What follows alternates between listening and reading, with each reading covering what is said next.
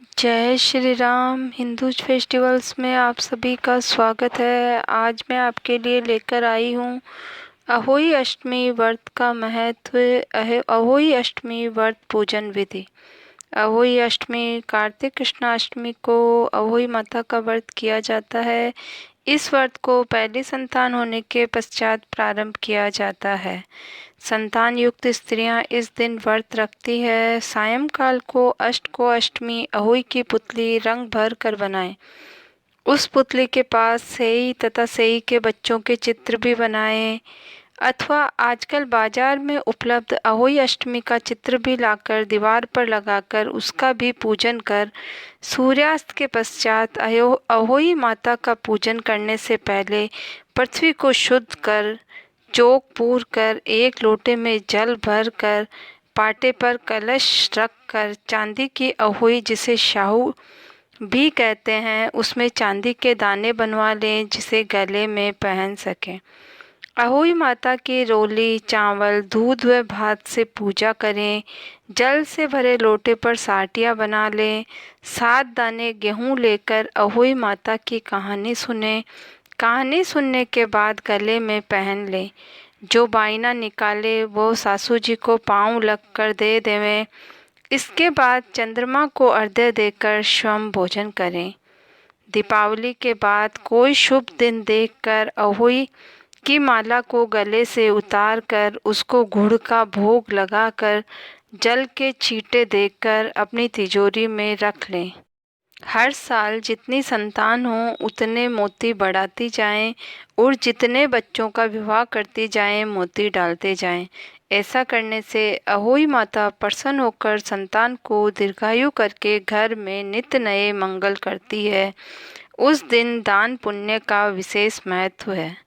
अहोई का उद्यापन। जिस स्त्री के पुत्र पुत्री हुआ है या पुत्र पुत्री का विवाह हुआ है तो उसे अहोई माता का उद्यापन करना चाहिए। एक थाल में 4-4 पूड़ियाँ रखकर उन पर मिठाई रखें। एक पीली साड़ी ब्लाउज का बेस, उस पर सामर्थ्य अनुसार रुपये रखकर सासू जी को पाँव छूकर देवें। चांद को अर्घ्य देते समय इस प्रकार बोलें: सोना को सांकलो, गज मोतिया को हार, अहोई अष्टमी के चंद्रमा के अर्घ्य देते, दीर्घायु होवे म्हारी संतान। अहोई अष्टमी व्रत की कहानी। एक नगर में एक साहूकारनी रहती थी। उसके 7 लड़के थे। एक दिन साहूकारनी जंगल में घास लेने गई। जैसे ही घास तोड़ने के लिए कुदाल मारी वैसे ही सेही के बच्चे मर गए। साहूकारनी दुखी मन से बिना घास के ही घर आ गई। जब सेही अपने घर आई तो बच्चों को मरा हुआ देखकर नाना प्रकार से विलाप करने लगी और उसने श्राप दे दिया कि जिसने भी मेरे बच्चों को मारा है उसको भी यही दुख होना चाहिए। सेई के श्राप के कारण 1 साल के भीतर ही साहूकारनी के 7 बच्चे मर गए। साहूकारनी ने अपने 7 बच्चों को खो देने पर व्याकुल मन से किसी स्थान पर जाकर अपने प्राणों को त्याग करने का सोचा। इसके बाद दोनों पति पत्नी पैदल ही घर से किसी तीर्थ स्थान के लिए निकल पड़े। भूखे प्यासे चलते ही जा रहे थे। चलते चलते अत्यंत थक कर मूर्छित होकर गिर पड़े।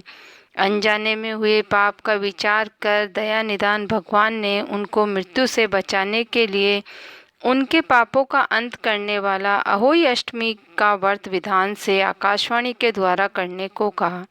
उन्होंने बताया कि घास खोदते वक्त तुमसे अनजाने में सेही के बच्चों को मार डाला था, जिसके कारण तुम्हें अपने बच्चों का दुख देखना पड़ा। अब तुम पुनः घर जाकर तुम मन लगाकर गऊ की सेवा करोगे और अहोई माता की पूजा करोगे तो तुम्हें पुनः संतान प्राप्त होगी। इस प्रकार आकाशवाणी सुनकर साहूकारनी भगवती देवी का स्मरण करते हुए घर आ गए। इसके बाद श्रद्धा व भक्ति के साथ गऊ की सेवा शुरू कर दी। अहोई माता का पूजन विधि विधान से करने से अहोई माता प्रसन्न हुई और उनके 7 पुत्र वापस लौटा दिए।